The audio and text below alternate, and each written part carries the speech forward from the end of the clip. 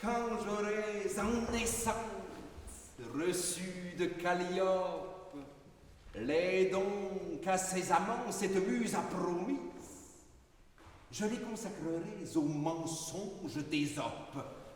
Le mensonge et les verses de tout temps sont amis. Mais je ne me croyais pas si chéri du Parnasse que de savoir orner toutes ces fictions. On peut donner du lustre à leurs inventions. On le peut, je le sais. Un plus savant le fasse. Cependant, jusqu'ici, d'un langage nouveau, j'ai fait parler le loup et répondre l'agneau. J'ai passé plus avant. Les arbres et les plantes sont devenus chez moi créatures parlantes. Qui ne prendrait ceci pour un enchantement? Vraiment, me diront nos critiques, vous parlez magnifiquement de 5 ou 6 contes d'enfants. Censeurs, en voulez-vous qui soient plus authentiques et d'un style plus haut?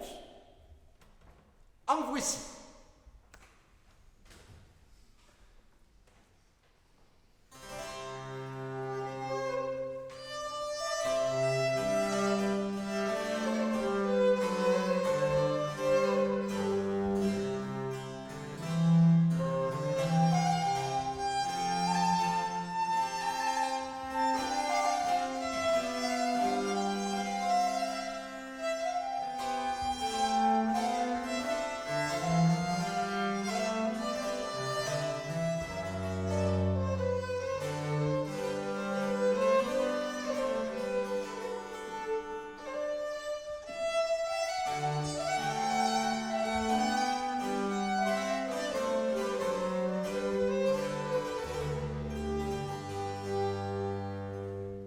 Les Troyens, après 10 ans de guerre autour de leurs murailles, avaient lassé les Grecs qui, parmi le moyens, parmi la sauce, par 100 batailles, n'avaient pu mettre à bout cette fière cité quand un cheval de bois par Minerve inventé d'un rare et nouvel artifice, dans ses énormes flancs, reçut le sage Ulysse, le valiant Diomède, Ajas l'impétueuse, que ce colosse monstrueux avec leurs escadrons devait porter dans Troie, livrant à leur fureur ces dieux mêmes en prouée, stratagème inouï qui, des fabricateurs,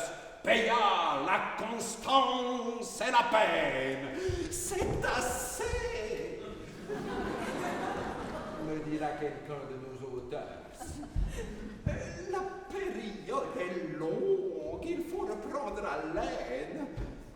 Et puis, votre cheval de bois, vos héros avec leurs phalanges, ce sont des contes plus étranges qu'un renard qui cajole un corbeau sur sa fouette.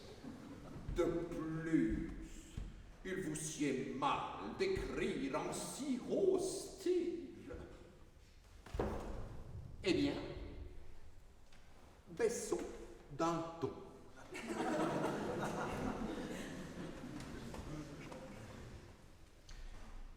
La jalouse Amarine songeait à son Alcipe et croyait de ses soins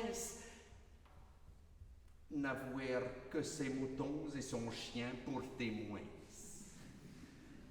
Tircis, qui l'aperçut, se glisse entre des saules.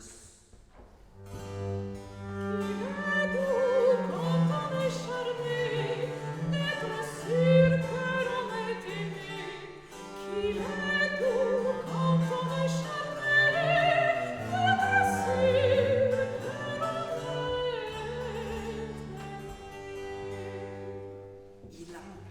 bergère, adressant ses paroles aux doux zéphyrs et le brillante de les porter à son amante. Je vous arrête à cette rime, dira mon censeur à l'instant. Je ne la tiens pas légitime, ni d'une assez grande vertu. Remettez pour le mieux ces deux vers à la fonte. Maudit censeur, te tairas-tu? Ne saurais-je achever mon conte? C'est un dessein très dangereux que d'entreprendre de te plaire. Les délicats sont malheureux. Rien ne saurait les satisfaire.